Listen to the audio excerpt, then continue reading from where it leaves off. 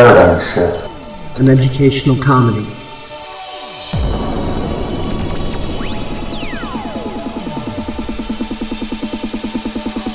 It's not a cause, not a movement.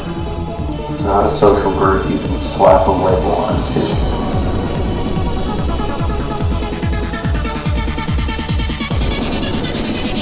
It's an idea. It's an intention. It's an intuition. A mindset in which reality can be explored. Through genuine expression, Discernment. critical thinking, and imagination. To look inward upon ourselves. To better understand the external world around us. And yes, Few egos are bound to be bruised. With our silly, zany, politically incorrect, George Carlin built style of going about things. real and raw honesty. Which invites you to be to the fullest. That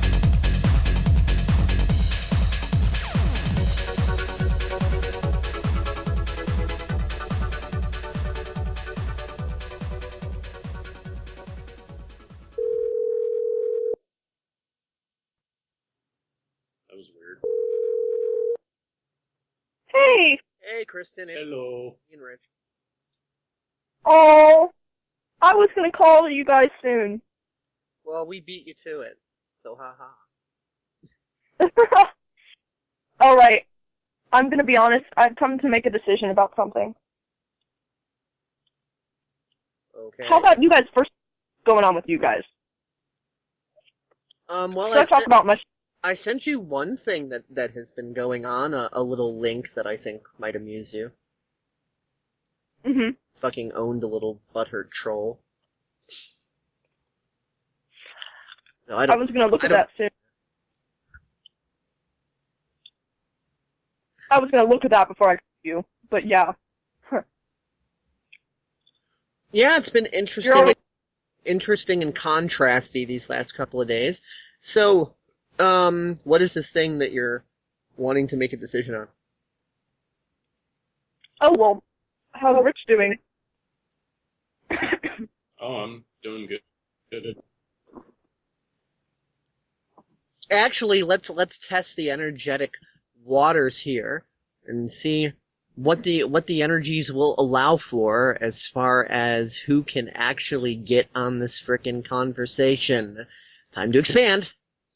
Calling Daphne.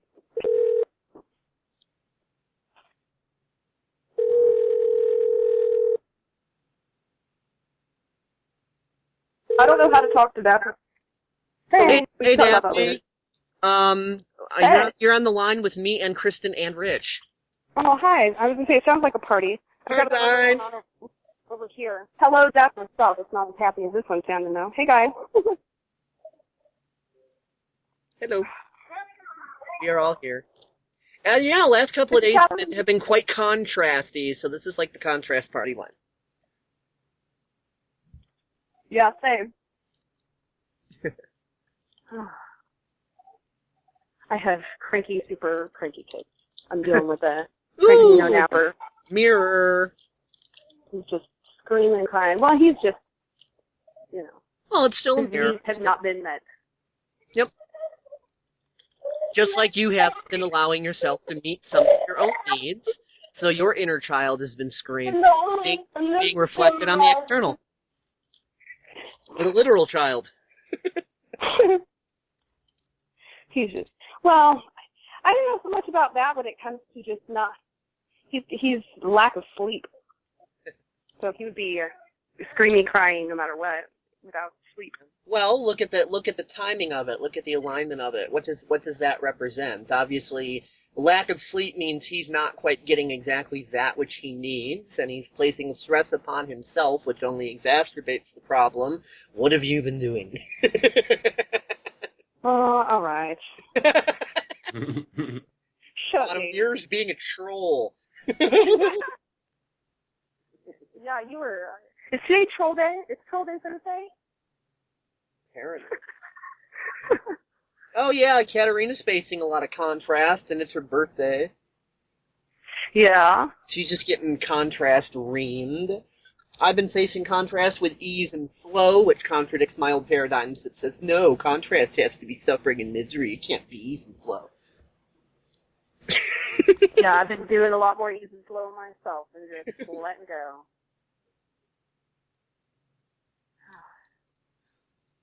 And of course, and I'm just going to put this out there, to just kind of move through it, to put it on the table and get it discussed and rectified.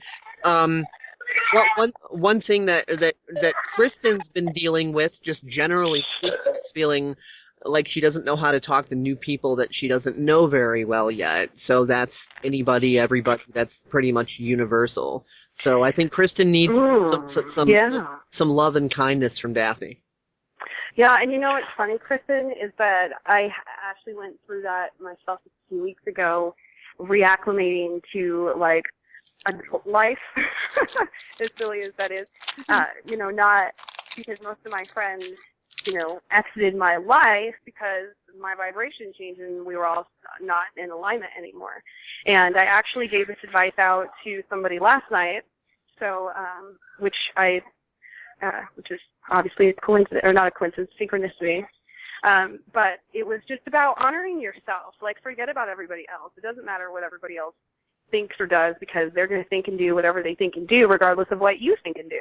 No, that's just to correct it. That's not apathy and narcissism. That's not like me only. Fuck everybody. No. It's not about that. It's about honoring yourself, because how do you feel when you want to talk to people but you don't?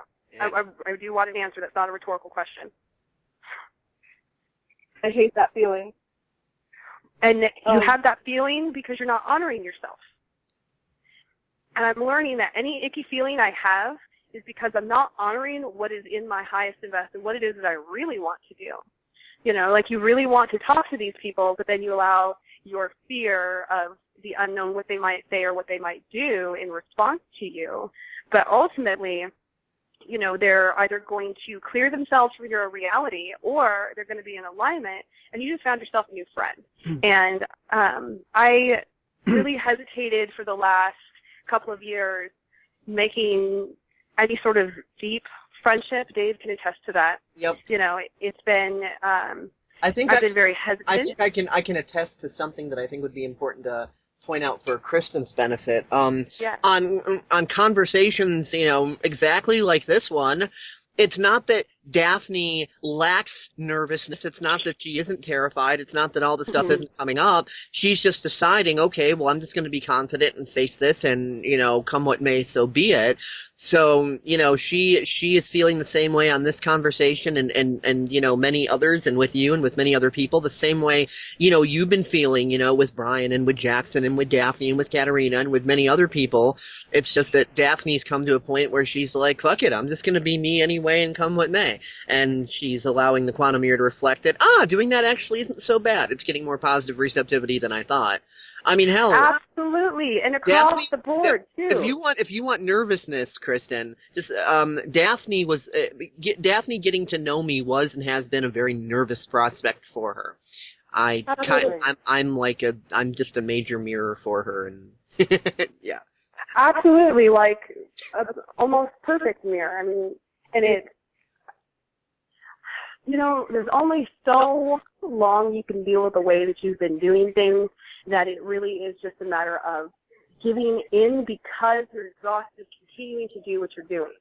And that's the point that I reached, and I certainly don't want anybody else to reach that point. I obviously don't have any control over that, but, it really was I just literally exhausted myself doing things the way that my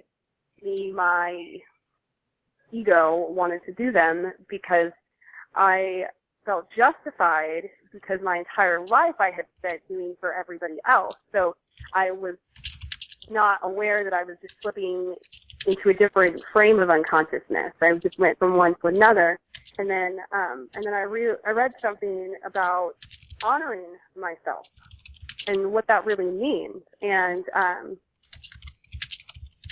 it really is the only thing that you can do. And in a conversation I had last night where I was giving the same advice, except for the friend that reached out to me was having an issue with a friend of hers who she said that there's a very one-sided relationship. She feels like she's giving, and her friend's just taking. And, and then she goes, but I'm just too nice to say anything to her. And I asked her, I said, well, are you too nice, or are you just afraid of what might happen? And she goes, well, maybe a little bit of both. And well, what's going to happen? What's going to happen if you talk to those people? What's going to happen if you say what you really, would want to say to honor yourself? And I'm not saying, if you're, pissed off at somebody, you want to scream and yell at them, well, that's not coming from a place of honoring yourself, because that's not really what you would want to do with that person, And it takes time. It's not something that's overnight, as much as we all want this instant gratification, but it takes practice and knowing that it's going to work, and it's just releasing how long it's going to take you to feel comfortable about it. You're just stuck because you want it all to be corrected now. And you're just going to hold yourself back until you figure out that you just have to take a little step, And, let your freak fly. We all, and it's not a bad thing. You are who you are, and, I built a lot of relationships based off of acquiescing and compromising and what I thought was going with the flow, but what I was really doing was ignoring myself and what I really wanted to do, and I ended up with a bunch of friends who I had a lot of fun with, but all we did was party. And there really wasn't anything deeper, and one of my so-called best friends, we got really intoxicated one night, and she was talking about marrying her boyfriend, and I flat out told her that I didn't support it because I just brought everything to light for her. I'm like, you constantly cheat on him, and not only are you constantly cheating on him, but you're cheating on him with your ex-boyfriend, but you tell me you want to marry this guy? I have a question for everybody. Yeah. Would it be cool? Do I have everybody's permission to take this call and turn it into PSEC 2015, honoring yourself? Would that be okay? Sure. Okay. I don't do things like that without permission because I'm not a dick. So yeah, just absolutely. Thank you. I appreciate Yep. it. So we had this heart to heart, and I basically just told her how I felt and how I thought she was making a huge mistake, and and that really she, he's not the right person for her, that he doesn't bring out the best in her, and all of these things that she would really want your friend to tell you. And she basically told me to shut the fuck up, and she didn't care what I had to say, and I hurt her feelings, and never to share how I feel about her and her relationships again. And ultimately, let's see, so fast forward, so that happened in early 2013. Richard will be right back. He's going to mute the line, okay. and he's got to vacuum right quick, so just let okay. he's taking leave. So fast forward about a year, and it starts happening. She goes with him and picks out her own ring and basically forces him to buy a ring that he doesn't want to buy.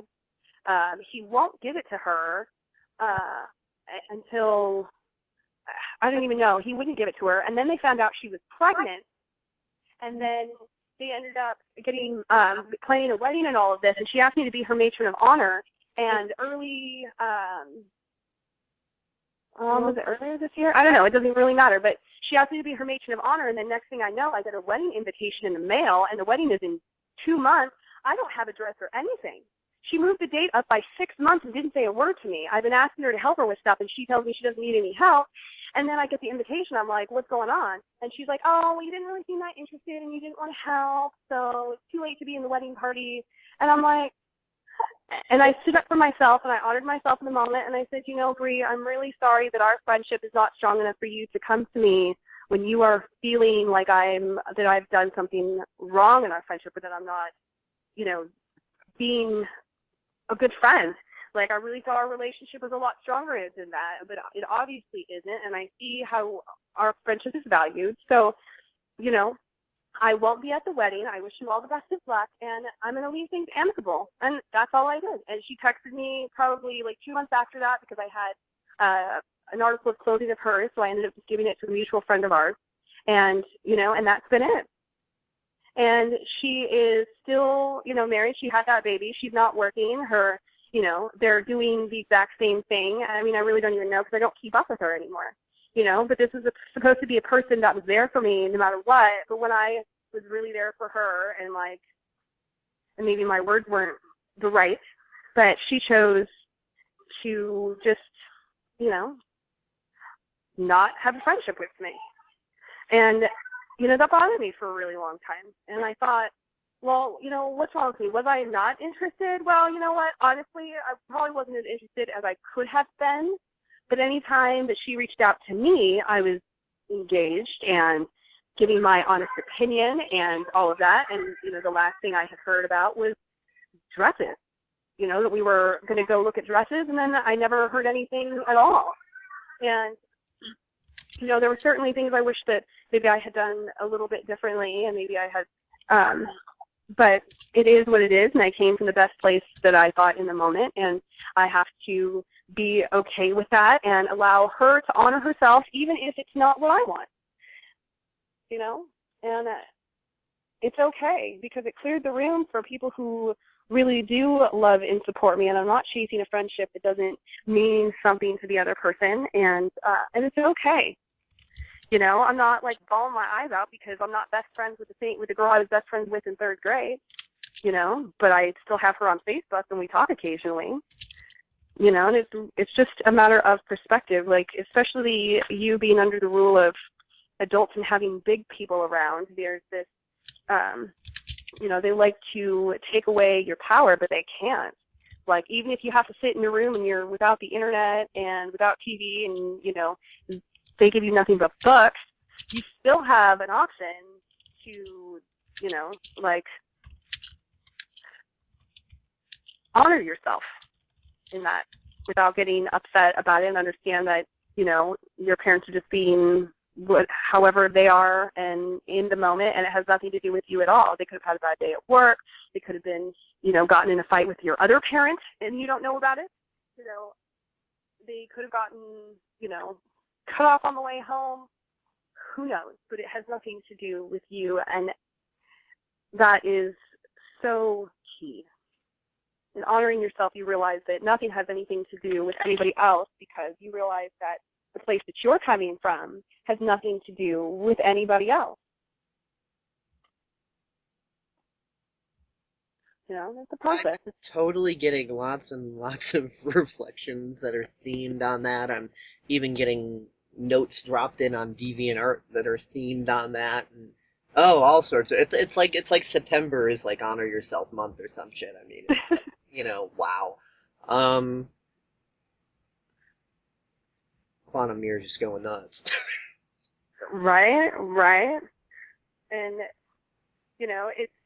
I actually just got off the phone with my life coach about an hour ago, and we were talking about this. And every time that I've honored myself in the last week is when I've really been picking up on it, and even to the point where I'm honoring however it is that I'm feeling too, not just the good stuff, but allowing the bad stuff, and it feels good, because then it's well, I don't have to justify myself to anybody else at all. I can just, and Dave, you said this to me the other day, just doing it because I want to do it, and there is no other reason. I don't need any other reason. I don't have to justify it to anybody else, and they don't have to understand. And that was a huge thing for me, is because I want everybody to understand what I'm doing so that they don't think that I'm this malicious person. But I spent all my time, essentially justifying myself, even though I took it as I'm just explaining myself. Well, no, I'm not. I'm justifying what I'm doing so that they're okay with it, so that I can continue to move forward without a problem from them. And that is so much more work than just going, I'm just going to do it because it feels good and I want to, and I'm honoring myself. It's so much simpler. Yep. And, everything really is simple. We just overcomplicate it all. We give ourselves all of these things, and it's, it doesn't begin our conscious acceptance of it. It's just what everybody else does around us. So when we change up the story and we're doing something different, we look like the oddball. Have you seen the movie Inception, Kristen? No. That may or may Have not. you seen it? That I have. That may or may not be one of the ones I put on your hard drive. You might have to check. Okay. Well, that one is amazing, especially if you view it from the point of it being about life. And what they, in a part of it, it's in the beginning, and this isn't going to ruin the movie at all, but it's about they are literally creating dream worlds to bring their consciousnesses into in order to access information in people's subconscious minds they may be hiding. They extract information that way. So they create these worlds, and let's say it's my dream and this world is created. Well, if you come into my dream and you start doing weird things, all of the people in my dream are going to look at you and you're going to stand out. Well, that happens in real life. So when you're doing something and you're doing something, all of a sudden you decide to do something different, everybody looks at you and everybody takes notice because you have created a new wave. And it's not what they're used to seeing, and some people accept it and some people will fight back. So, and it's not that they're fighting back because they're against you. They're only fighting back because you're changing the story and they don't know what to do. And it's not your job, it's not your responsibility to tell them what they need to do in response to whatever it is that you've done. Your only job is to honor yourself and continue to honor yourself no matter what anybody else's responses are or how they make you, nope, because they can't make you feel anything. And to honor everybody else's right to do the same. That way you're not really going to take anything personally. You're just going to see the quantum mirror reflection, so to speak, and you're not going to be like, how dare they have a negative view of me? Exactly. How it's dare like if they? you're... Like, well, wait a minute. Right. How dare me for saying how dare them? You know what I mean? Exactly. It's like if I have a chocolate ice ice cream cone and you have a vanilla and you tell me I don't like chocolate and then I start bagging on your vanilla, well, that's totally unnecessary. It's like, oh, okay, well, you just must prefer vanilla, yeah? Oh, okay. You know, it's just as simple. You're just changing the subject matter that's in there, but we decide as humans that an event or situation has more value than some other situation, when in reality, it doesn't. It just is what it is. It's only a big situation because we make it that way. And the argument against that, and I can hear it coming from whoever is going to listen/watch to this, is that, well, if you don't, then you're just acquiescing and you're not standing up. Well, we're not trying to fight against anything. We're learning to honor ourselves and honor others where they are. And it's not turning a blind eye to anything. It's just like Dave, I love this, stepping off the hamster wheel. Sir, I missed like the last 3 words. Oh, I said stepping off the hamster wheel. Oh, yes. Yeah, and that's really all it is. And and it's so, you've been saying that to me for a long time. It's taken a while for it to truly sink, like really, take those roots. But, and Kristen too, with your age, you're dealing with a lot more than just your own consciousness. You've got a lot of things going on in your physical body right now. You're getting a lot of influx of things that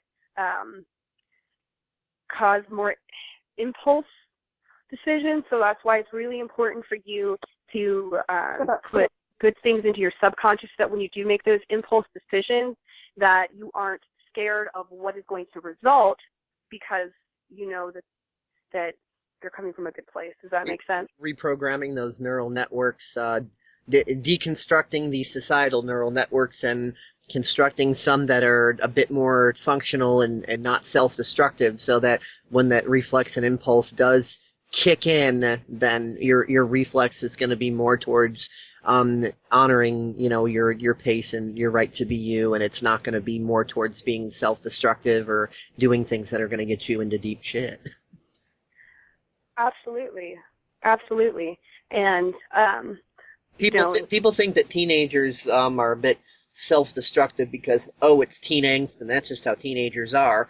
No, it's because that's how society has taught them to freaking be, and they've got all these neural networks that have been put there by the mainstream media, by school, by parents, by this, by that, that when reflex and impulse kicks in, it defaults back to those neural networks, and those are the ones that are there. Those are the ones that have been programmed there. It has nothing to do with, teenagers just do that. No, it's because the adults put all kinds of bullshit in their heads, so that's what they act on. Absolutely. And, I love it And how you're the just saying grown-ups that play you were- kids. Like, oh, this world is so bad because, kids these days, they're just, I can't believe this. It's like, wait a minute. Are babies, like, born into this world with a full hard drive? All the stuff that you don't like that they're doing, who put that there, huh? Gee, Right? talk about psychologically projecting and shit. What the fuck? Oh, Yeah. Katerina's calling me on the other line, so I'm going to mute out for a moment. Oh, okay. Well, then I'll hang on here for a moment. And Kristen, it's important for you to know that you will probably be alone in this as far as your friends go, and that's okay. Mm-hmm. You know, like, okay. That's what I'm realizing. And the thing is, like, I go into these social situations, and I really do enjoy the people I hang out with, and the reason I know that they aren't receptive to the things that I want to talk about, and I can make small talk conversation.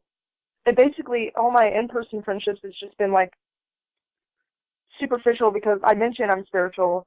I mention very, just basically about metaphysics and what I think and how it affects me.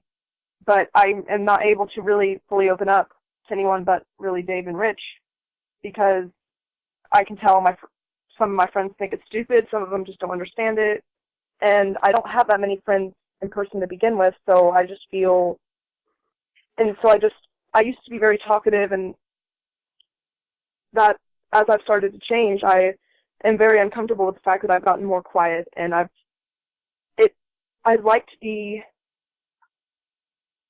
cracking jokes and making everyone laugh and saying interesting things, and I'm currently at a spot where I don't have very many friends to do that with. Okay, well, And there's a couple of different... school, I have made a couple friends, so that's nice. But well, there's a couple of different things that rose up here while you were saying that, and the first thing is that you are a catalyst, and that's why you're alone in your physical world right now, is because you are the starting point, you're the beginning ripple, and that's okay. Now, understanding that you are the catalyst and that you have more knowledge than everybody around you physically, you've got to accept it and be okay with it, and then just be yourself. Like, really just honor yourself fully, and don't hold back, like, as hard as that may be, and you're going to have to do it in little bursts, just say things here and there, because you know what? Like, you being funny has nothing to do with your spirituality. It has nothing to do with metaphysics or any of that other stuff. That's part of who you are. It has nothing to do with what you believe. So you can still be that funny person, and you can still make those jokes, and you can still do that stuff. And what will happen is that the more that you are yourself, the people around you will also be more of themselves. And if they if they refuse to, well, then they will exit your reality, and somebody who is will then come in. And part of honoring yourself is honoring the ebb and flow of life and understanding that you are going to have lulls like this, and that you are going to have influxes. And all of that is part of the process, because if you surrounded yourself, all of these people who just happen to be around you, that you happen to go to class with or whatever, and you aren't feeling good around them, they aren't giving to you, you are actually doing not only yourself, but you're doing them a disservice too by hanging around when you're not in alignment. So if that's where you need to start to help you honor yourself, is to start by honoring others first, and taking actions that, honor them to honor you too. Eventually you can make that switch, because I feel like you have a hard time switching gears. Like, it's hard for you to, like, slam on the brakes and go in reverse or go right really quick. Like, you like that smooth transition. You like to know what's coming. You understand you're going to have to move a little bit, but you want you just want to see it all, so that you are entering dangerous waters. Am I on? Is that right? yes. Okay. Yes. So, the thing is that you don't have to see what's 50 yards ahead of you, because it's not here now. You'll see that when it comes close enough for you to do something about it. That is how the universe works. So if you're ready for your opportunity, the universe will give it to you, and then you can act, you know? But right now, what you're doing is you are taking your logical mind and looking 50 yards out in front of you and then trying to dictate your actions now, but then you're running into the trees that are right in front of you because you're failing to see what's right here, right now. Does that make sense? Yeah, it does. Okay, so when you address what's going on now and you make that move and you move around this tree that's right here in front of you, now as you're nearing that 50 yards and it becomes a lot closer, you realize the action you took 40 yards ago was the exact perfect action to set you up for what's coming up now right away. Does that make sense? Yeah. Okay, so you're unknowingly setting yourself up for success just by honoring yourself right here, right now. And it really is that simple. Well, I mean, I know you're right, and I know, like, to me, it doesn't, even if it means I have more quote-unquote friends by stifling what's really going on inside of me and not actually being open. It's not real friendship. It's nothing. It's not. I mean, obviously there's varying levels of friendship and everything, and that's okay. You're allowed to have friends that aren't necessarily super close friends. But I know in some cases I have kept probably myself from making connections because I just withheld so much about myself in so many situations. Because a lot of the things I like to talk about are really kind of serious, and, you know, when you're out in social settings, not everyone wants to hear about necessarily what's wrong with the world or super heavy topics, and that's just where my mind goes a lot. And that's why I just, for a lot of the time, I just don't bother making plans with people, or when I do go out, it's like, I can tell, you know, people aren't super responsive to it, and should I care? If it's, you know, a bad thing, they can be themselves, they cannot respond, but I just, naturally, I really want to be liked by other people, and I know that's not just me. It's a lot of people will experience it. I'd say most people do. Yeah, for sure. That's basically what's been at, and I've been making new friends, and I noticed that a lot of the people that I'm friends with seem to be at the same level, knowing as far as the world that I was 3 or 4 years ago. And it's an interesting reflection for me because it's like they know that something is wrong with the world. They know that corruption exists, but they aren't understanding exactly how it works. And so when I get into these conversations, I would say I do know more about what's going on. But every time I try and talk about it, I know that I just sound like an insane conspiracy theorist because them. Right, yeah. Yeah, so that's kind of where I've been at. And actually, I have one friend in my mind where we started talking about the state of the world, and he is set on the fact that he thinks the world is going to end in destruction, probably nuclear war. And I think that we are actually on the track to healing the world, but I have no idea where to begin to even start to tell him about that. And because it's such a drastic difference, and I know that probably the biggest reason I haven't been able to figure it out is because, you know, I'm overcomplicating, like you were saying before, about how I'm going to phrase it and if it's going to be good enough, as opposed to just saying how I feel. And, right, you know, he can take it or leave. Well, and here's something that I have found because, you know, I work very closely with my intuition and my spirit guides and knowing and learning the signals, because there are signals constantly, and we just have to pay attention to them. And I have found when I get into those moments where I am, and it happens a lot with my husband, he's a self-professed atheist, and which is really funny because here he's he's seen my mediumship in action, but he still does not believe, And how can I explain that to him? He's seen the proof. He's watched me make people, I don't want to say make, because it has absolutely nothing to do with me. I'm the channel. That's it. I'm the instrument. But I'm channeling this divine, I'm channeling spirit and to their loved ones, and the people here in the physical are bawling their eyes out when I'm speaking, and he is getting messages directly, but he still won't admit that he believes, or maybe he doesn't, I don't know. But when I start to talk to him about these things, if it starts to feel like that, where it's like where I don't really know what or how to say it, then that tells me that the conversation is done and it's time to move on. As much as I might want to continue it, it is not appropriate for me to do so, because all I will do is cause more confusion. And that's part of knowing, is being aware of that. And when you force in that situation, then you start to not honor yourself, because then it starts to get icky. So, like everything that you say, and this is something that, you'll come to see, if it hasn't already happened to you, is that years down the road, people will come back to you and say, hey, you said this to me and now it makes sense. I'm telling Dave that stuff.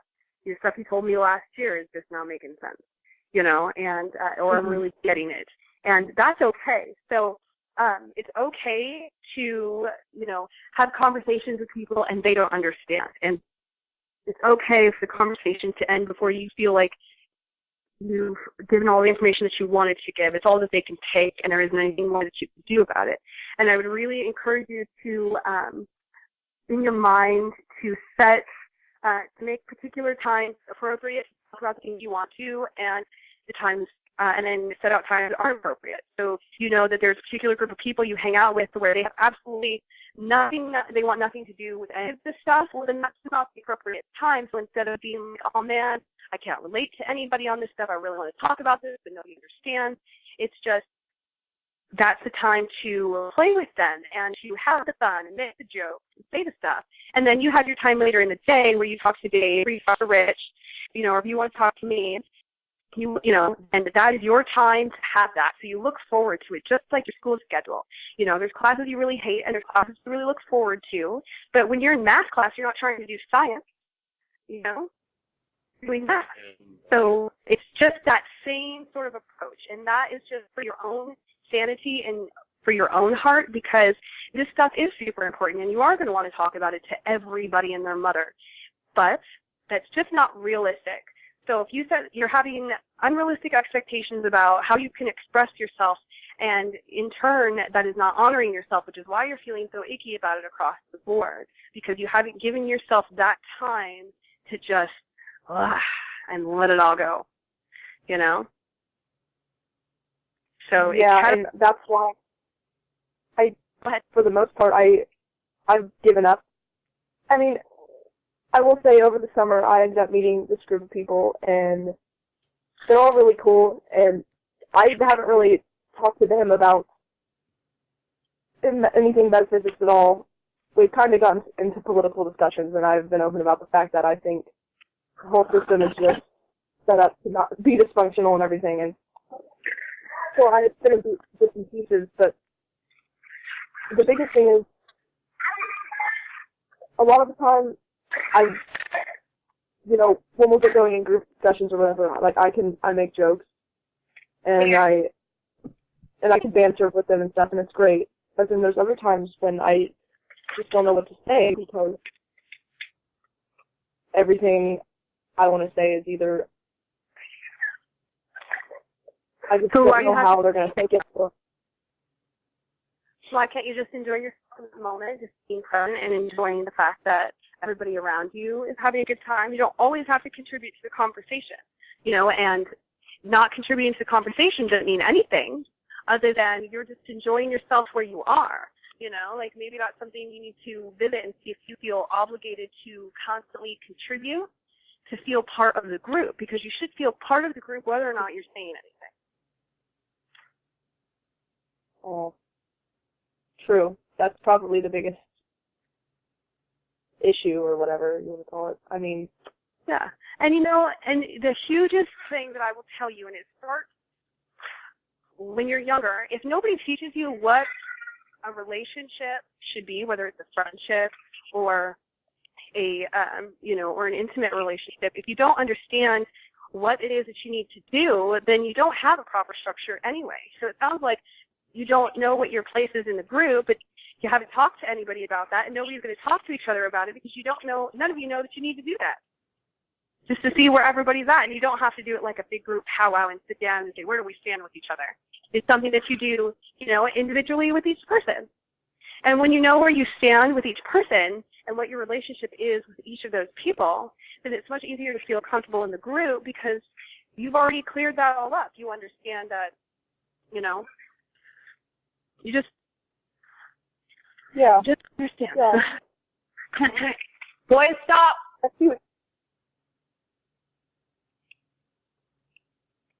I really do see what you're saying, and that, in part of me would... You'll be amazed. And that what?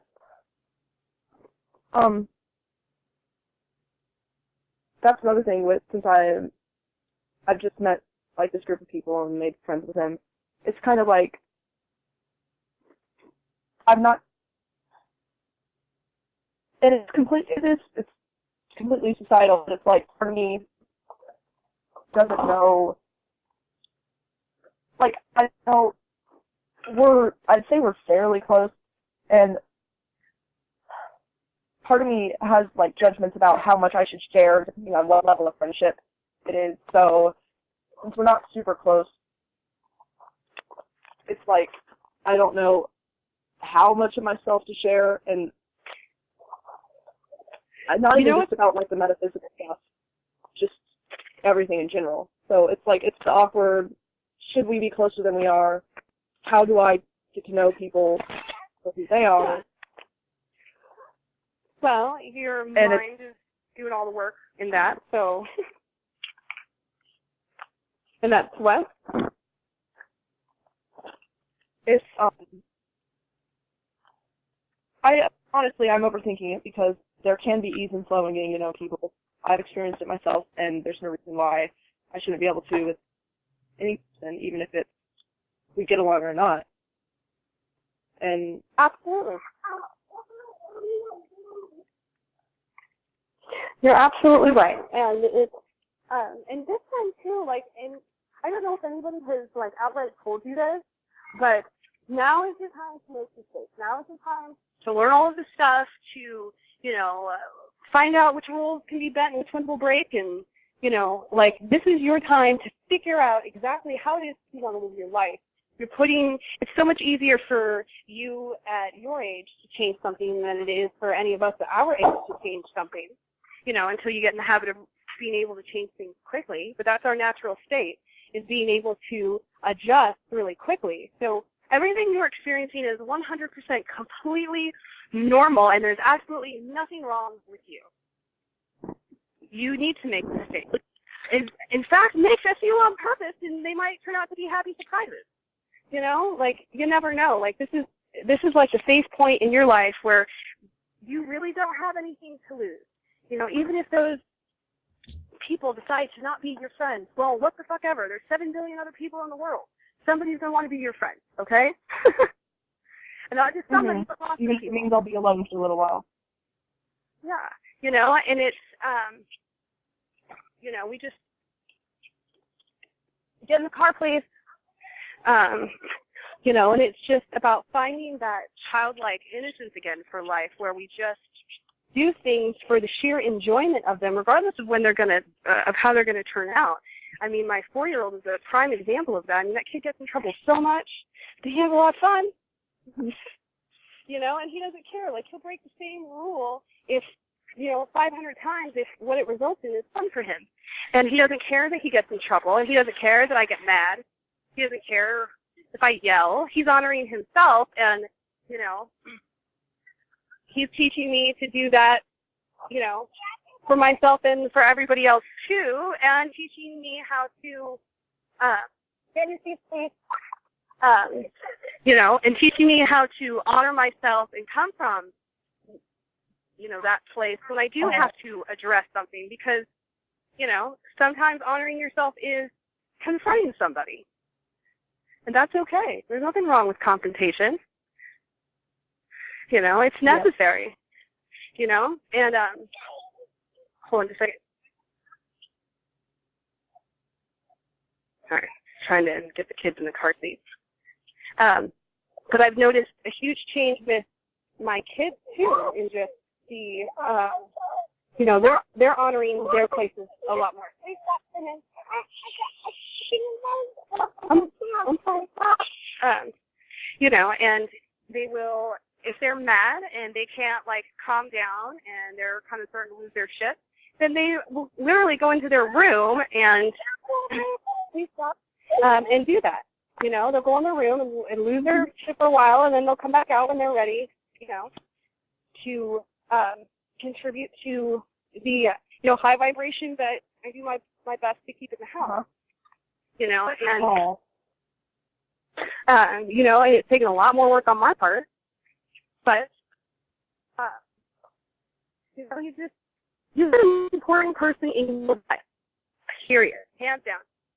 It'll never be your children, it'll never be your significant other, it'll never be your parents, it'll never be your friends. It's you.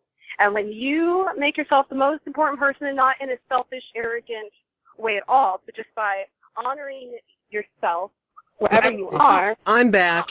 I'm back, and I'm about to merge Katerina in to join us. Yay! All right.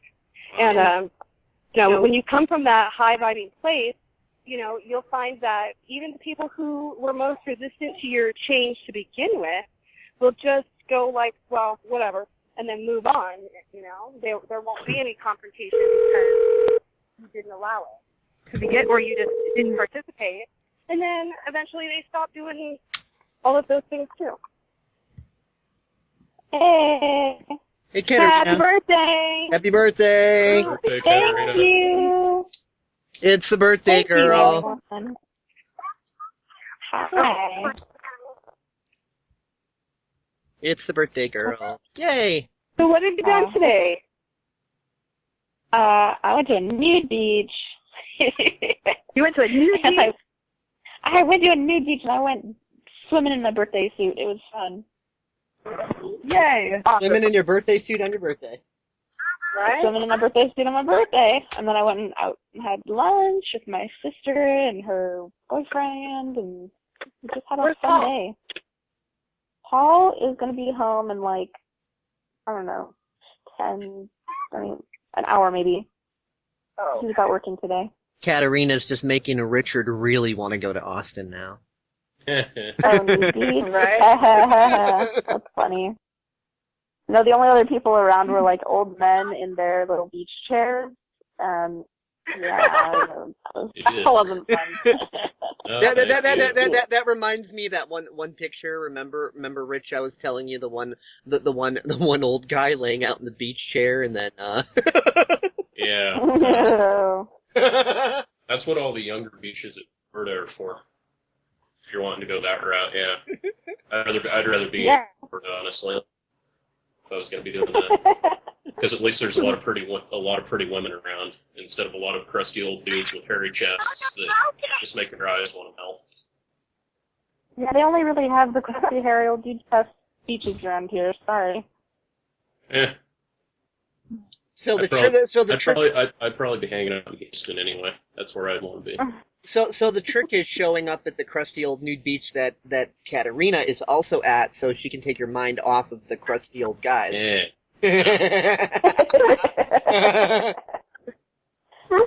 Like I said, if I'm going to Texas, I'm going to Houston. Sorry. Oh, come on. If Katerina was running down the beach bouncing her gems like Pamela Anderson on Baywatch, I don't think you'd be paying attention to the crusty old dudes. Oh, Lord. And Austin's not that far from Houston, so you don't really have any excuses. Oh, God, that's funny. So, Daphne. So, Katerina. So, guess what? What?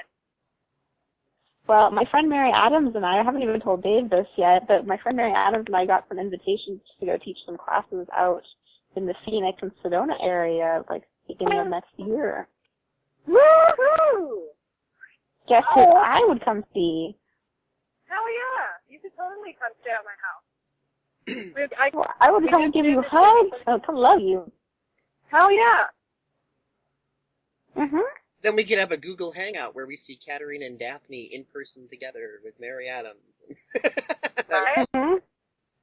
That would be fun.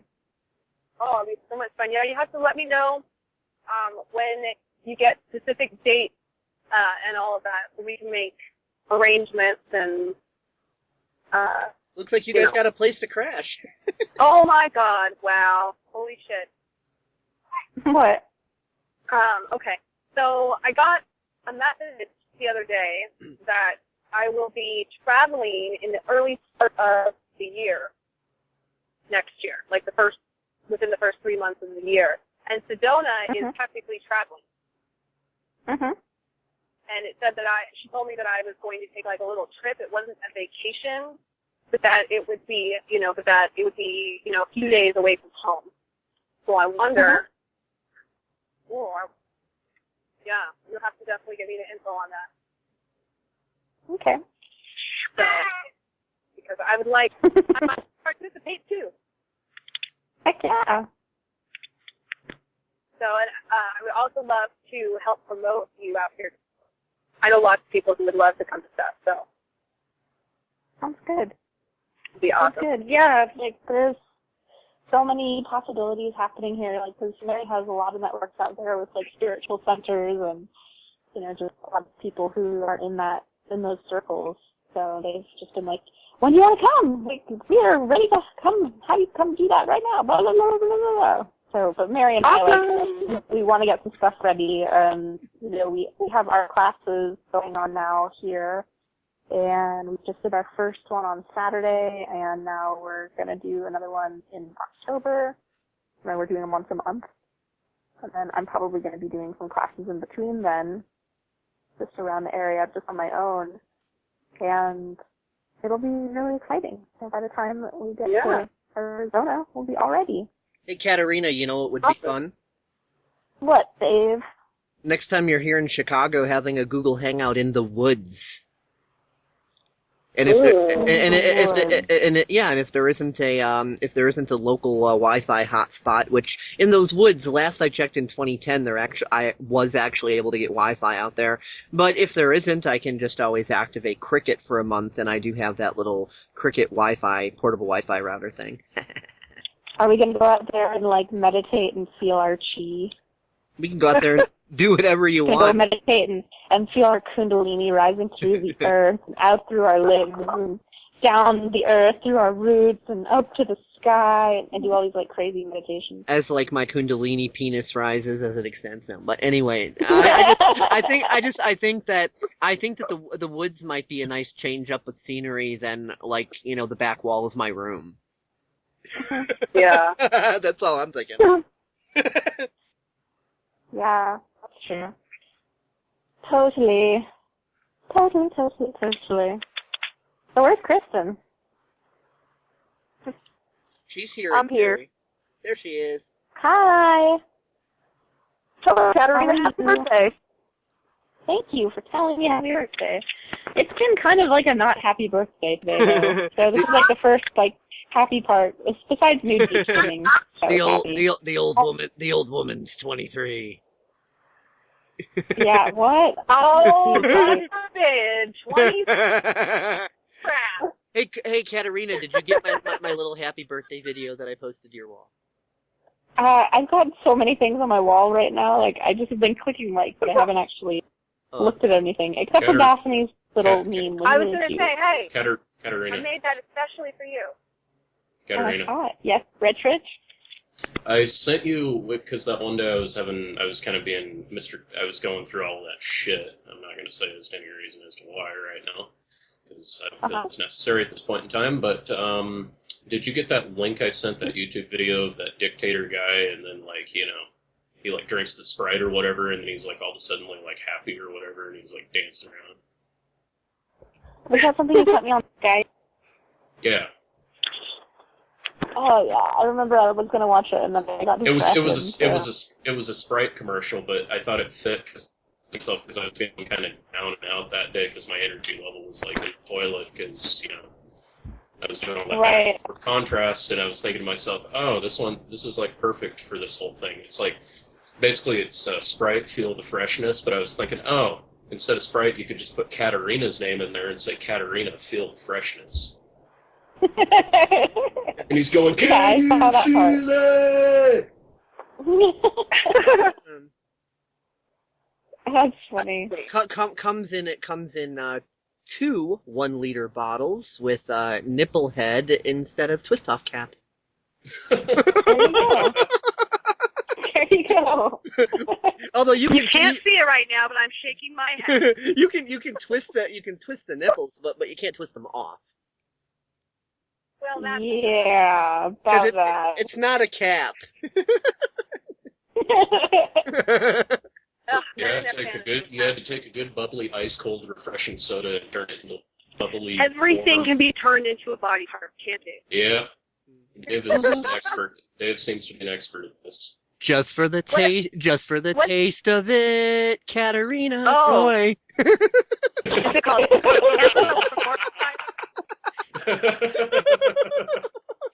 You mean inanimate objects, human qualities?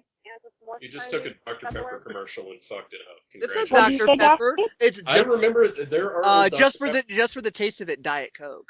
That's what I was saying. I've heard old Dr. Pepper commercials that are just like that. So, Well, I don't know think what they you're talking you know, by Coke. Well, they I've are heard kind of I've heard they are Dr. owned by Pepper the same do so- company. I've heard Dr. Pepper do the same type of thing. Well, Dr. Pepper's technically owned by 7-Up now, which is technically a separate company, but I don't know if they're under the Coca-Cola umbrella tree. I think Dr. Pepper is Dr. Pepper 7-Up Incorporated. They're their own chain, and then Pepsi, and then Coke. Well, at That's how some it's level up, they're all owned by the same corporation anyway. Right? Right. Yeah. Because I've literally heard Dr. Pepper commercials that sounded just like that, for the taste of it type thing. Similarly, along those lines. But Katerina beverages are owned by Paul Roy Incorporated. No, they're not. They're owned by Katerina. Yeah. That's right. Katerina, they are That's right, not girl. Paul has them on lease, and he pays for them every single month. Yes, that is true. They're leased. They're leased. Oh. Next topic. I want to know what's going on with Kristen. Next topic. I heard she was talking to Daphne, and then I got on the phone, and then The she's ogre. quiet. Next topic: the ogres of Pussy Mountain. Just kidding. No, go ahead, Kristen. What's been up with you? Oh. Been going to school. No, Carrie, when you got And then.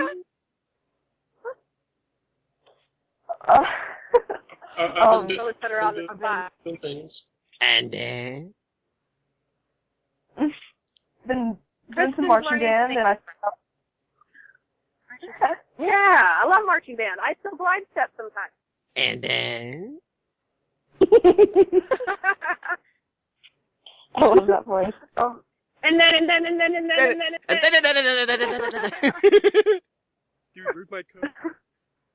My life is fairly uneventful. That's and then I come home and get on the internet. What's wrong with your head? The more What eventful, insights have you been having lately? the more eventful stuff is rated P for privacy and is none of anyone's business. Yep. Right? Oh no. Movie not yet rated. Well, see, and I took that as like you had internal stuff going on in your mind that you aren't sharing. So all the activities going on without. And then there the boys have to go again doing the boy stuff. Like, you gotta come on, the 4-year-old. A void dance. We dance around the void. I must have been dealing with social anxiety. That's about. Well, if you don't want to talk about fun stuff, I can talk about fun stuff if you want. My yucky stuff. Oh, yeah. Well, I would love to hear. Yes, Katerina, show Kristen that you're not this uber goddess ascended master that's perfect and so far above Kristen. Show her that you're human too. Yeah, fuck that shit. Fuck that shit. So my sister today, she's been traveling and visiting and being here with me and stuff, and it's been bringing up a whole sort of family funness. But so today, the best part of the entire trip was that her dog is like in the middle of having all these issues, and he has like pancreatitis, and so she ended up having like a sobbing breakdown fit on my birthday, like while we were hanging out having a celebration, and then I have to like come and cater to her and her emotional needs, and I love doing that for people. At the same time, it's like the one day of the year that I want to be off duty, if that makes sense, and not like support everyone emotionally. Like, I just wanted to be selfish for once and just be able to, like, you know, have my fun and my celebration. And I was really pissed about it. I was really, really sad. And that was part of my not so fun day today. So I'm really happy that you and everyone on the phone. Yeah, and your sister has no clue that she should be thankful that I wasn't physically there. Why is that? You know the sorts of things I would say, and she'd want to kill me. Why did you lay down the truth? Paradigm shift smackdown. Yeah, just, you know, just being my honest self, kind of like what used to annoy you about me, and occasionally still does. But she's not used to that, so I think she'd like reach for the nearest frying pan and try to hit me with it. You know, that's one of the things that I'm realizing too about all this paradigm shifting stuff is like the quantum meter takes no coffee breaks, right? So like all of this stuff, even though my desire would be that it would just be a fun day all day long, there'd be unicorn kittens and like cotton candy and balloons. Katerina, on that? What's up? Okay, what you start out is saying about how you love to support people emotionally, and you wanted your day to be full of fun and the things that you like to do. The same. I know. That's true. I do love supporting people. So you got technically what you asked for because you love to do it. You know. The universe is trying to make you happy, that's all. You got what you asked for, viewed it as negative, and went, yeah. Right. Continue. I just wanted to... Yeah. At the same time, though, I would have really, really loved to have that maybe tomorrow, and I could just not have to do it. Because I love doing it, but I didn't want to love doing it today. Yeah. It was really, really hard. And just like how you saw that your sister was causing herself her own stress, now it's being reflected that, oh, look, you're also causing yourself your own stress. Mirror, mirror. The universe is trolling you. Well, I'm being trolled. I'm being trolled. You know, Paul still has me to come home for the day, so you know you have even more stuff to look forward to, and you all just grab out of the way. Right? That's true. That is true. Your wonderful husband is, you know, he's got something worked up to you. He loves you so much. That's like true. you're already for it. So, and you got that contrast, so now because you started your day off not ideally, that you can appreciate it even more so, whatever it is he does for you, even if it's just sitting quietly by your side and allowing you to enjoy your birthday celebration without any drama. You know, today of all days, Susan Worcester posted like the most appropriate, funny, frickin' picture to my profile. It says, it's a like a universe, pyramid thing to where it's like got a little space scene in the middle of a glowing. Oh yeah. At the bottom it says shift happens, but the F is in parentheses, so it's read as shit happens. It says you too can climb. Then above that it says asleep. I don't want to know anything about this shit. Above that it says curious. What is this shit? Above that it says waking up. I have a lot of shit. Above that it says awake. I'm seeing my own shit. Above that it says enlightened, helping others deal with their shit. And at the top of the pyramid it says ascended master. Holy shit, it's all perfect. So, of all the days that she could share a picture, she shared that on this day. Universe trolling again. Yeah. Yeah. I'm used to the universe trolling. It happens a lot. Yeah.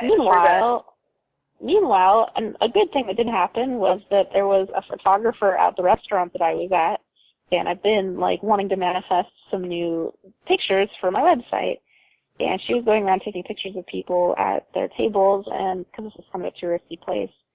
And she was like, "Hey, do you want your picture taken?" I'm like, "No, not right now, though could your card so I could actually, like, be able to, you know, have a studio shoot with you." And I was like, "How much do you charge?" And she's like, "Well, I just charge like $30. And I'm like, "What? That's ridiculous cheap. Okay, let's do it." And so I got her phone number, and I'm going to throw in about 10. So I can have new photos for my website. So that was really cool. Sweet. Yeah. Meanwhile, in the Batcave, as JP plays, while going, Richard, your impression sucked dick. It's like, oh yeah. Well, you fucking people don't own guns. You get raped by the government, so there. It's illegal to be homeless where you are, so there. You know? We have freedom to tinker here in the United States. You people have the freedom to suffer. We're British. We pride ourselves on our suffering. Obviously, you can see that very well. Your pompous attitude shows it so well. Love and light until my butt is hurt, then fuck you. Then fuck you. You don't have enough content. And if Rochelle was online, he'd be like, "Oh, and then the whiny one who doesn't seem to know when to shut up." Oh. Even though I think she's so adorable, but I just can't say it because I'm so butthurt by her cuteness. I feel a homosexual twinge coming on. Hans, fuck me in the ass, please. My big wide anus is feeling very itchy and butthurt. We've got this guy with actually excellent voice impressions that I can't even do because I have a gay little soundboard. Hans, rape me. I need to feel love. Hans, just grab onto my beard. I don't have handlebars. Oh yeah. Me from Switzerland, me terminate asshole.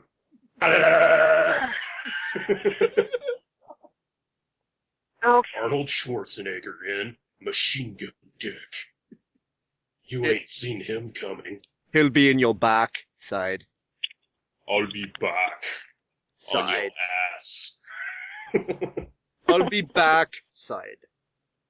I was on California's back side. They went bankrupt. You know, I don't think Execute I've ever had a conversation with just my girlfriend where it starts to go to all sort of, like, sex-related funny stuff. I don't think that's ever happened in the history of just women. Execute Order 69. I want to fuck. Unless you're Betty White. I haven't had a conversation Oh with yeah, her. of course. Women never ever get sexual when they talk in private. No, they're Oh, just, no, never. they're just little perfect nuns that just sit in prayer circles and go, "Isn't it so wonderful to be female?" And no, they don't talk about anything. Well, it's just, it's more like straightforward and to the point. You know? Like, we don't turn genitals into live objects of some sort. It's just like, was it big? Yeah. Was it good? Oh, yeah. You know, that's... Yeah, females don't ever partake in any sexual humor. Nah, they would, Oh, it's just they would more never straightforward. do that. Oh, Not no, ever. never, ever, This goes on a perfect topic. One of my high school friends, which I'll leave her name out of it, but we were having a conversation the other night, and you know, there was this other friend of mine, you know, So-called friend, apparently not. so-called girlfriend of mine, you know, who was a buddy of mine's ex-girlfriend. But I thought this was funny because apparently she thought I was creepy. This was before the other girl that I'm really good friends with got to really know me. This was a couple of years ago. But Basically, the other girl called me creepy because apparently I looked at her bosoms or whatever, and she thought that was creepy. But I was sitting there laughing my ass off because I'm thinking to myself, okay, so number one, I probably haven't ever been the first. I'm not going to ever be the last. But apparently, me admiring a woman for her physical beauty is a crime against humanity, and you should have your eyeballs gouged out with a crowbar if you do. Because if you look at a woman any other way, you're a criminal, and you're a pervert and a rapist and an anti-misogynist, and you're this crazy weirdo. And I mean, I'm just sitting here like, Oh, it's worse. Yeah. It's worse than that. If you don't admire her breasts, then you're not acknowledging her beauty, and you're just being a meanie face. Either that, or you're a homosexual. But then if you do look, it's like, oh, you're a creepy scumbag. How dare you? Well, only because you're not the guy she wants to look at. That's all. So anybody who's not who she wants to look at her is not automatically a creep. And anybody who she wants to look, but they aren't looking. Well, they're not acknowledging my beauty. They're a hater. They're fuck them, or they're gay, or I must be inadequate, or whatever. It's like damned if you do, damned if you don't. When girls see assholes as being the only real reality, then they can't see all the nice guys around them. Oh, believing and seeing. That's the interesting thing. I mean, Steve, my buddy Steve, who she dated, nice guy all the way around, good guy. He joined the Army. He's in the Airborne right now. I'm super uber proud of him. He's an outstanding individual. He's doing his duty for his country. He's protecting our country. He's at least a military man, not, like a lot of these crazy industrialists among our general. Now, if only Obama would just let him bomb ISIS. Damn. Yeah, there you go. But, anyway. Essentially what happened is she broke up with him because he was changed. That was her words for it. Changed. The Army changed him, and he became rude, and blah blah blah blah blah blah blah. Well, the Army certainly did change him. I will vouch for that, but that doesn't mean he's rude. Well, yeah, no, the Army. That's like the understatement of the year. It's like, yeah, the military does change you. He's probably just more confident. He's more confident. He's a man. He's got more used to speaking his mind. It's probably what's affecting her. Well, absolutely. And my husband is retired military. He's 10 years in. He's the most forward, polite, and frank person I know. Yeah. And I thought the same thing, but it just comes to find out, well, you know what? When you're in the military, you have to talk like that because you don't have time to pussyfoot. Yeah. No. Yep. No. He is somebody's life on the line, literally. Yeah. No, and every day for him, even when they're on training missions, every day for him could be the last. On one of the training parties he did, they did a parachute jump in a thunderstorm because the general was having a hard-on and wanted to get some troops on the ground right now because he was impatient, stomping his feet, and temper tantruming like a little bitch. But they lost 2 guys in that thunderstorm. Oh. Dead. He landed in his buddy's blood. That's how bad that thunderstorm was. He landed in his buddy's blood. He was dead. He was dead. He was gone. Dead. Not there anymore. And, hearing that from him, I could, I'd look in the guy's eyes, he's telling the truth. That shit changes you. Whether it's training or whether it's actual combat. Oh, yeah. That sort of general should be shot for treason. Oh, absolutely. No, I would do to that general what, if anybody's watched Braveheart, when William Wallace got his local landlord kicked him downhill and then put his and slicing his neck open with a knife. That's pretty much what those guys need. Well, the reason my husband is retired from the Army is because of a mistake like that by a superior who did not allow them to use any loom, any light, and they ended up crashing. Mm-hmm. They crashed $2 million tank and totaled it. Mm-hmm.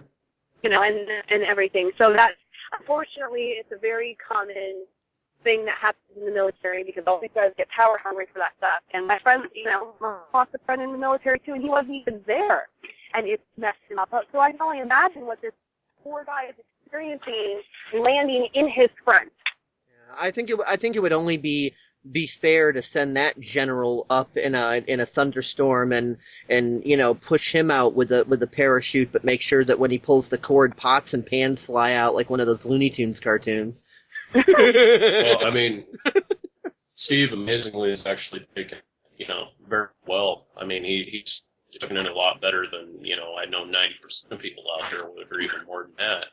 He's very mentally sound to be able to talk about it in a calm, matter-of-fact manner. Is like it happened, We need more good generals like Patton was, and not these power-hungry pussies. Well, they're out there. It's just that the military, for years, has been under an agenda to rout those guys out, push them out, roust them out. They don't want those kind of people. They don't want Douglas MacArthur's. They don't want General George S. Pattons. They don't want guys who've been in the rank and file and know what's going on out there. They don't want those kind of guys. They want power-hungry scumbag psychopaths. They don't want Admiral Bull Halseys or Chester Nimitz or any of those types of people. They don't want those kind of guys, because those kind of guys are humans first, and they know what it means to be out there on the front lines. They know what their men are going through. They know what their men are thinking, and they're smart. And they won't commit genocide. And they will not commit genocide. Technically, guys, the generals and all of those things, they start out as officers, as lieutenants. They have a 4-year degree, and they come in and they aren't actually enlisted, most of them. So that's not 100% across the board. Well, they get indoctrinated. Well, yeah, not 100%. But I'm just saying, in the current administration, generals tend to be appointed if they kiss Obama's ass enough, or Bush, or whatever psychopath is currently in charge. Well, right, but for him to get to that general ranking, he had to start out as an officer, not an enlisted man who goes into, the E rankings. They actually start out in charge of everybody, including the E7s, E8s that have been in the military for 20 years. You got some new, they call them butter bars. Yeah. A second lieutenant who comes in who has never done anything. He just got out of college, spent 4 years in college, and hopefully he's gone to West Point, which he may or may not have gone to. With all that means, he's just indoctrinated even more so to do whatever it is that the government wants them to do. So they go through all of this, but they never really get to experience the true enlisted man journey. It's a completely different thing, unless they've, went enlisted and got a degree, and then they, then their enlistment ended, and then they re-enlisted as an officer. But otherwise, it's very... not common for them to have actually gone through that experience of, Unfortunately, even with the enlisted ones, they only raise the guys up through the ranks that are bloodlusting psychopaths, and the good people they push back, because that's just the way the administrations have been for the last 20 plus years, dare I say. Well, absolutely, and having been on all sides, I actually have a friend who's a drill sergeant right now, and it's such an unconscious process as it happens. Like, the indoctrination of the military instills all of that, so everybody who's actually doing all of that work doesn't even know that they're doing it. And it's the most horrible thing. I've seen so many servicemen get out, and they're literally just destroyed mentally. What it is it's total compartmentalization of the military. I mean, it's, that's the way they break everything down, is through compartmentalization. I mean, you see it in the legal system, you see it in, the medical system, you see it everywhere. It's especially with cops. Police department, everything. Yeah. You don't see any communication, it's all just little tiny sects. It's all broken up and controlled, micromanaged that way. Now, I will say out of experience, knowledge and, seeing stuff through documentaries and things of the nature, the military, most of the military does just the way Daphne does. The Marines, on one hand, are different. Hey, guys. What's up, Katerina? I need to make a phone call, so I need to let you guys go. All right. If you want to return to this call, then just message me on Facebook when you're done, and I'll bring you back in. Okay. Oh, that's fine. Thanks for showing up, though. Hope you had fun. Yeah, and I'm gonna take this opportunity to go too. I just got my eldest son from school, so I'm gonna dip out. Well, it's a good time. Alrighty. Right. Well, thank you guys for showing up, and happy birthday, Katerina, and cheer up. Yeah. Thank you. Yeah. Love you. All right. Love you all. Love you guys. Bye-bye. Bye. Bye-bye. Yeah. But anyway, as I was saying, Daphne was correct on that, and the fact that's really how they do it now, especially in the only real experienced pilots or officers will say that they're really churning out anymore are pilots. Those are really the guys that are above the Yeah. because they go through training and they go through survival and all that stuff. I mean, they train those guys to front lines just like infantry, so the pilots kind of know what's up. They know what's going on. I was just going to say that with cops, unfortunately, the way the police academy is now, if you get too high a mark, you fail. If you get too low a mark, you fail. Because, most people think 80% of cops are bad. No, 80% of cops aren't bad. They're incompetent. The system is designed so that they accept mostly people who are just smart enough to take orders and do their job and dumb enough to not question them. And, they treat being a cop like it's a video game or something. But anyway, going to the Marines, on the other hand, have a system that I think the entire military all across the board ought to go with. Before you become an officer, you have to go through infantry training. You have to learn how to set up trenches. You have to learn how to set up ambushes. You have to learn how to do everything that a grunt would do. And that's pilots, that's desk clerks, that's everybody in the Marines. They have to learn how to be first and foremost combat-ready riflemen. They have to know how to, lay line. They have to know how to do all of the things that an basically trained infantryman can do. They have to learn. They have to be a grunt. They have to learn how to do everything. Stand in mud. Boots soaked and cold and uncomfortable and haven't eaten in 3 days. They have to go through all the training that the infantry go through before they get to go on to their advanced officer training. They just get whisked in. Oh, here you go. Here's your officer's pins, and here's your nice, clean little squeaky uniform. They have to literally do everything that an infantryman would have to do before they're allowed to even go out into the field and start commanding Marines. And under that system, I think it would really knock out a lot of that chaff, if you will. It would get rid of anybody who just wanted to be there because they wanted position for power.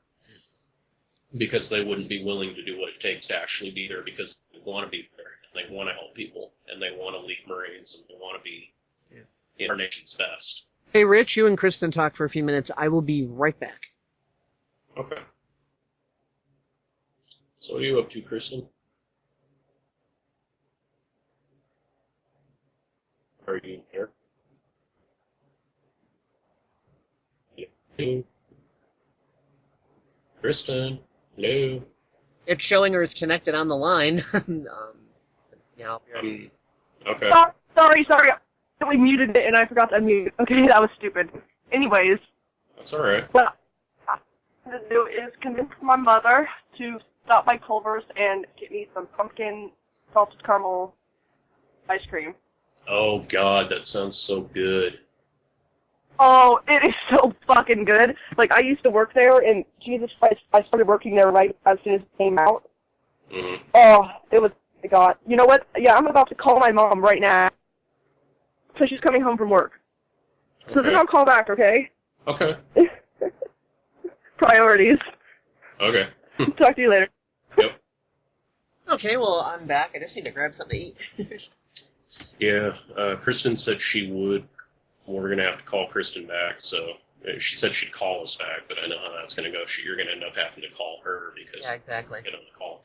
But anyway, yeah, she's going to talk to her mom about something really quick, call her and tell her about something. And so, yeah, she said she'd call back. All right, that's no problem.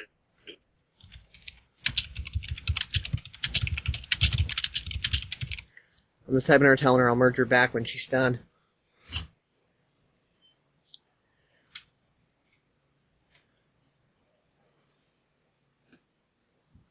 Definitely an interesting call, kind of an on-the-fly PSEC episode. Sure. But he consented for it to be that. Mm-hmm.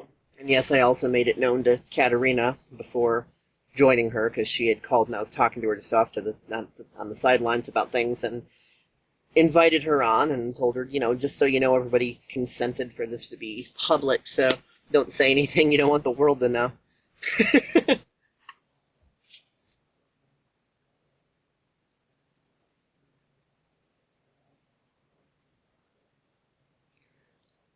Notice it's been getting easier and easier to get more and more people on lately? Mm-hmm. We're just kind of starting to move in that direction, and that's really cool. Mm-hmm. I mean, hell, the one we did with Vinny, we had like 5 people in total. Mm-hmm.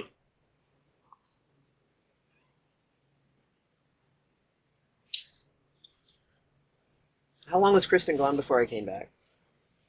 I was gone for at least somewhere around there. I don't know. I wasn't keeping track. I'm just making a guess. I was just curious as to how many minutes of silence I'm going to end up cutting out of this.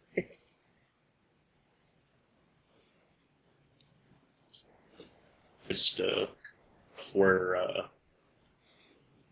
I got done talking about the Marine thing before you just left. Yep.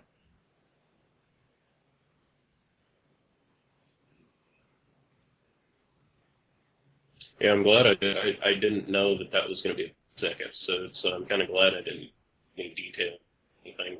Well, I got your consent at the same time as I got everybody else's. I heard you say, yeah.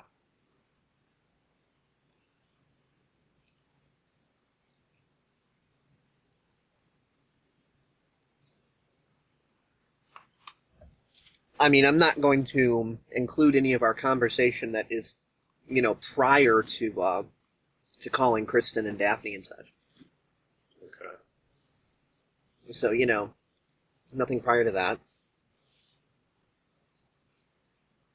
And of course, while they were on, and you hadn't really said much yet, and I just asked if it's okay with everybody if we could make this a public PSEC episode, and you all said yes, and I heard you say yes as well. Everybody consented, so I'm like, okay, cool.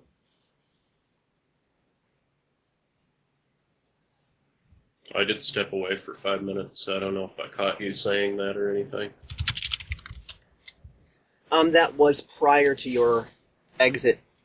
Well, actually, I was gone for like 2 minutes before that, and then I just came back to let you know that I was about to vacuum, so I don't know. I'm pretty confident that I heard you say it's fine by me or something to that effect. I didn't say anything like that. Once. But I'm too personal anyway. Not a big deal.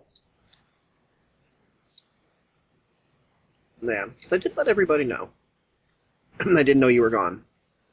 If you were gone at that point, so that's why it's a good idea to let people know.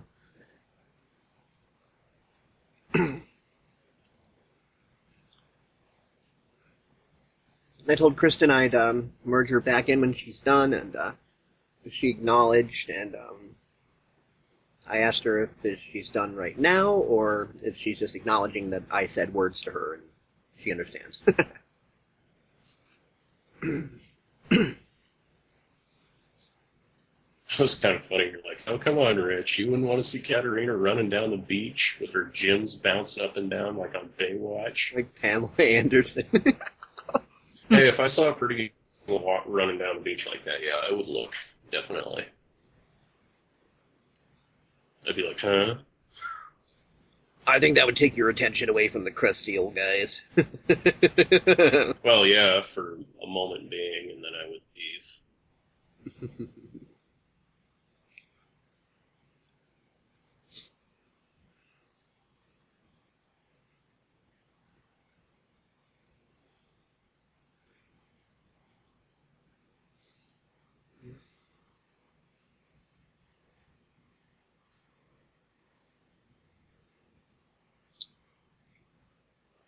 Yeah, Katerina needed some cheering up, so this was perfect.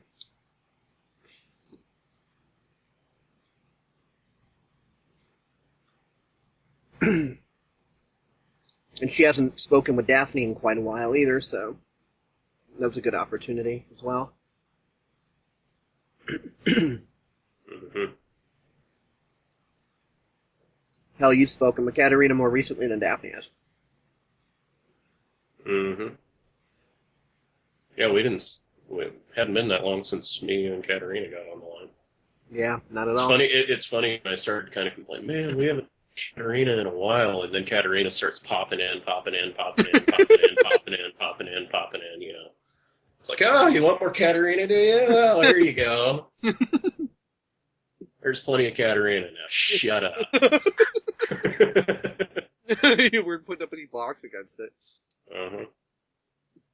And then here she is again. Mm-hmm. It's going to be interesting to see how long this episode is, because I have no fucking idea. Mm-hmm. I haven't eaten all day until now. Mm. I love this 720p copy of Mission to Mars. This is like an excellent copy. 1080p would probably just be annoying. You'd be able to see their dimples on their face. 1080p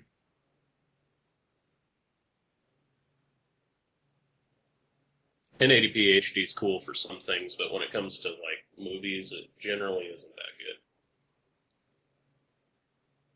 Because then like makeup lines are visible, and studio. 1080p is actually really good for special effects and shit. Like you got a really good space movie or something. It's like, well, yeah, for God. that. Yeah. I bet Mission to Mars wouldn't be too bad in 1080p. But 720 is perfect. I mean, it's just as good. It really brings the special effects out. Gives them a pop.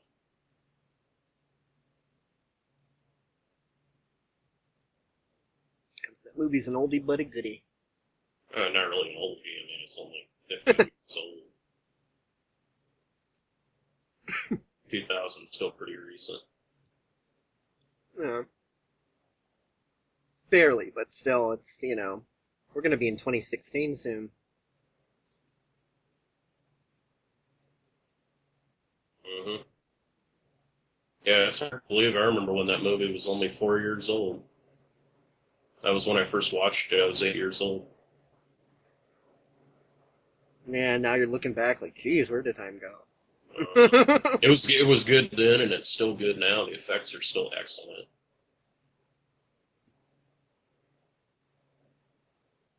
I think they ought to make another Mission to Mars, only make the plot a little different to where, like, everything goes just right. Or the plot goes super well. Or just continue it where they left off, and you get to see where that guy goes. Yeah, I get to see where Gary Sinise ends up. Yeah, and he's like, oh, cool, you guys gotta come back with me so I can show my friends. And they're like, well, your mode of travel wasn't warp drive, it was stasis. Fuck! They've been long gone. Well, no, if you look at the end of the film, it was what appeared to me to be warp drive, because he goes, and he shoots off, and it like... Yeah, but even if it would still have that effect even at sublight. Because sublight's still pretty fast. I mean, you're doing more than 3/4 the speed of light. You know what I mean? Well, yeah, depending. That's still going to look like... Psh. I mean, if if you're there just, casually floating around Mars and this thing goes up and, sublight, look at the contrast and speed. So it was fast, it just wasn't necessarily, And plus, the closer you get to the speed of light, time slows down for you, which means it speeds up outside. You know what I mean? Mm-hmm.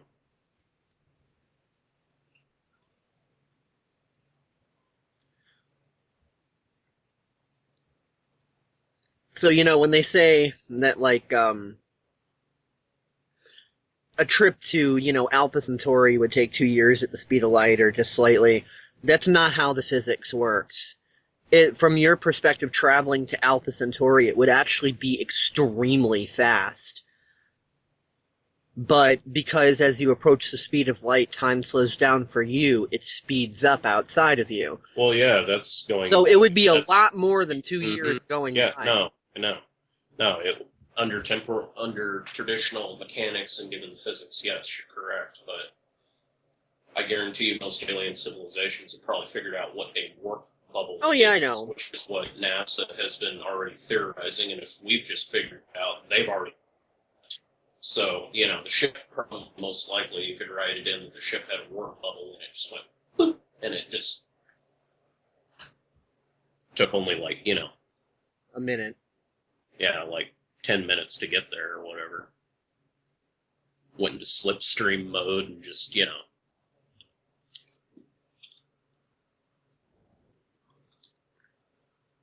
It was just maybe that their inertial dampening system, i.e. filling the thing with water, so that way you're just kind of in suspended animation, you know. Yeah. So that way it's not like a gold, you know, mothership, and, you know, you go from going fast to like, into the wall. Well, we're here. Man, you need to work on your inertial dampeners. Oh, by the way, that reminds me, on a Stargate SG-1 episode I watched the other day, they did more trolling with the theme song. There was this formal, like, reception, you know, dance party or whatever, you know, like the old school type, everyone's, you know, suit and tie and dress and, you know, piano music and everything. And there was, like, this classical piano version of the Stargate theme playing in the background. So they did it again.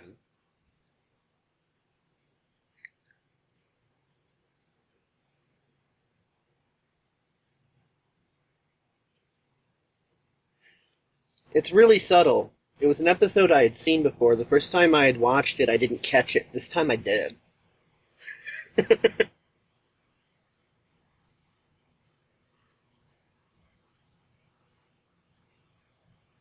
And I'm not actually sure how long Kristen's going to take. Oh, who knows?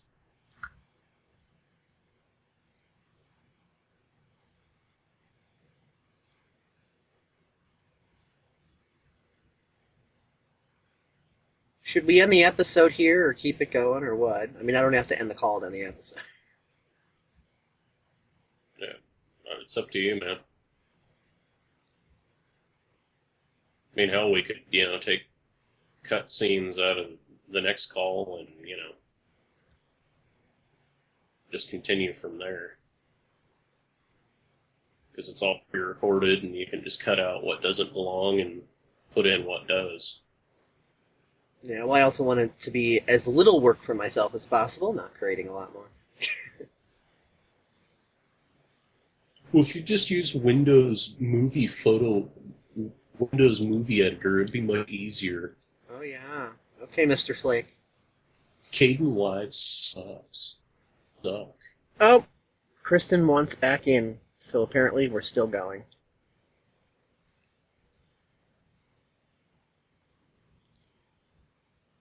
Talk about the universe answering my question for me there. Okay. Gonna bring her back in. Dave's a psychopath, James is a con artist, and You're a Rick communist is a communist hick, and tater twat. Apparently. Yeah, if he ever watches this and he hears me say tater twat. But he wouldn't watch it because only nobodies would. Oh, yeah, well, he's stalking James, whom he just called a con artist. I mean, that guy's a fucking flake. He's just weird. Stalks everybody he dislikes. He hasn't stalked me yet, but who knows, maybe my turn's coming. Who knows?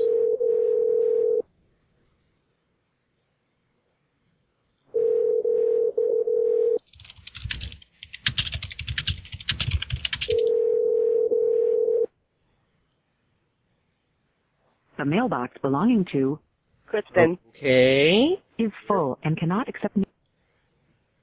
She messaged me on Facebook to bring her back in, but then it's like...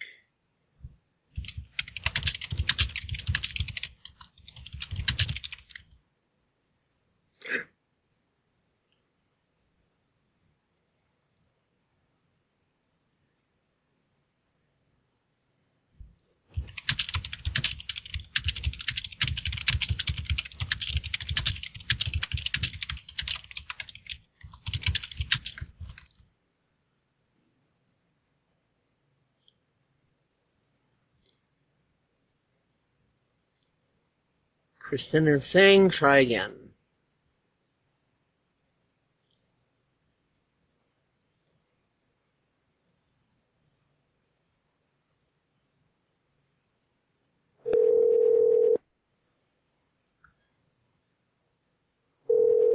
She's saying ring.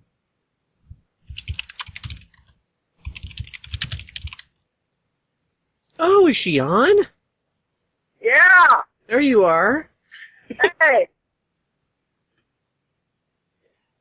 Remember, this is still being recorded for public output. Is it being recorded? Yeah, remember earlier when I asked, is it okay for everybody? I recorded PSEC. Yeah, I didn't know. And everyone's like, yes. I'm just letting you know, we're still in it. Would you mind if we ended it? Because I have something kind of private. It was what I was going to tell you guys earlier. Sure. I don't think our YouTube following. So care to hear about it. Well, not all paradigm shifts must be public, so thank you everybody for listening, and catch y'all later, and hope this was enjoyable for you all. We had on Dave Kelso, Time Warrior, myself, Richard Hamilton, GeneralTate, Daphne Dugan, Thinking Kristen, known as Kristen Meyer, and Katerina Edwards, Katerina Roy, whatever you want to call her. It was a total frickin' party line, man, and we did a lot of facing of shit and having some fun discussions and getting a little bit dirty in a George Carlin, Bill Hicks sort of way, and yeah, it was all good. So take care and see you next time, and hasta luego, and happy Trash Panda and whatever. So we're out.